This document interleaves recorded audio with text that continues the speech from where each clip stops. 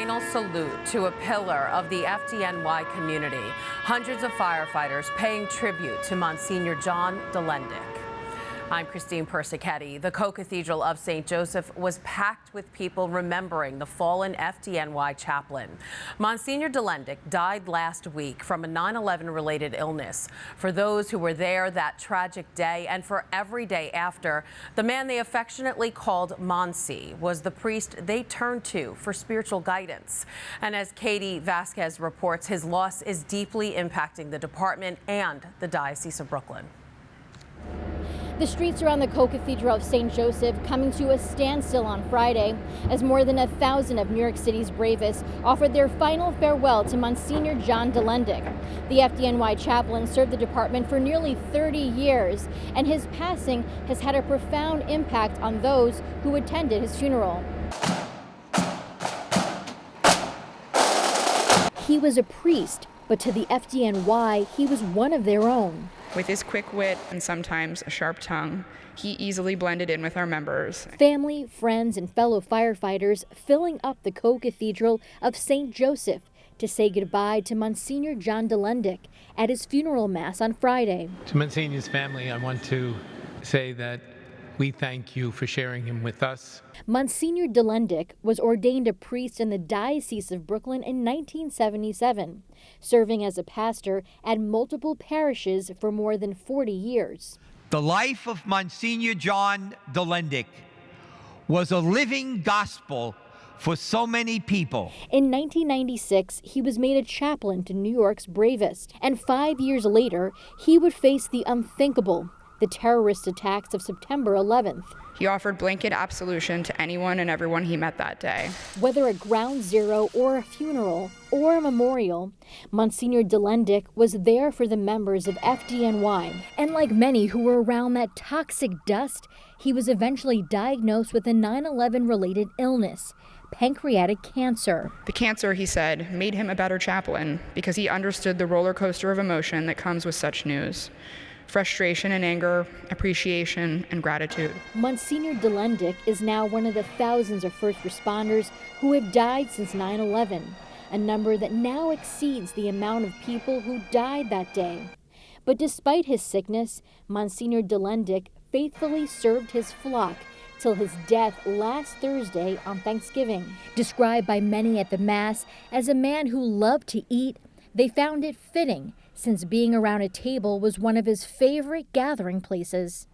Whether in a restaurant, a firehouse, or a rectory table, all who met John went away better and happier. Monsignor Delendick was taken to his final resting place at St. John Cemetery in Middle Village, but his legacy will live on. A plaque honoring him will be added to the Wall of Remembrance at FDNY headquarters in downtown Brooklyn. In Prospect Heights, Katie Vasquez, Currents News. Monsignor Delendick was the FDNY's most senior chaplain after the death of Father Michael Judge, the first certified death of 9/11. Other chaplains who knew him, like Rabbi Joseph Potasnik, say his response following those attacks simply show how much the spiritual father cared for the firefighters. I remember spending so much time with him at Ground Zero during that 9/11 period. And as bodies would come out, he would turn to me and he would say, "You bless them in Hebrew, I'll bless them in English, because we belong to one family. We all have the same spiritual birth certificate." Monsignor Falaccioni told me he never saw John cry. However, that night,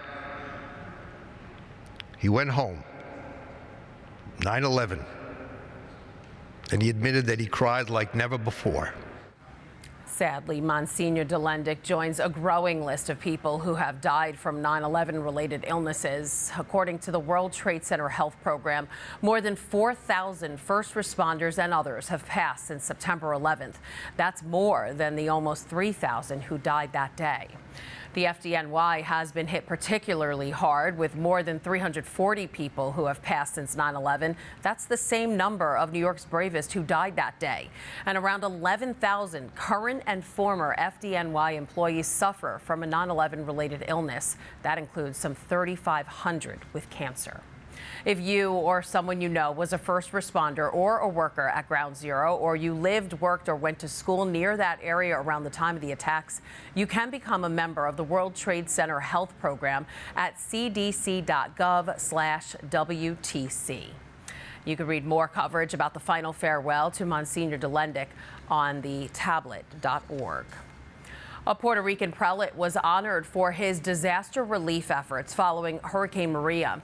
Archbishop Roberto Gonzalez Nieves of San Juan was given the Spirit of St. Francis Award, which recognizes individuals or groups who made a significant impact on the mission of the church through service and philanthropy.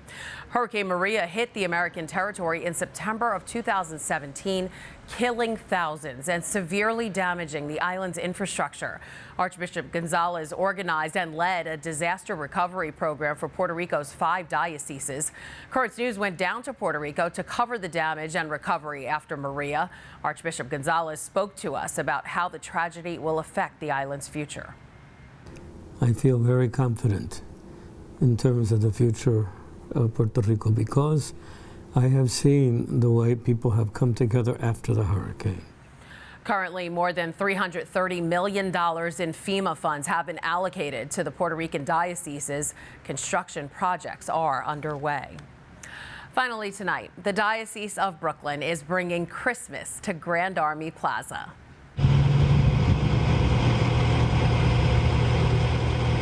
A 21-foot-tall, 14-year-old fir was delivered to the Prospect Park intersection, all thanks to the Diocese of Brooklyn and Currents News parent company, DeSales Media Group.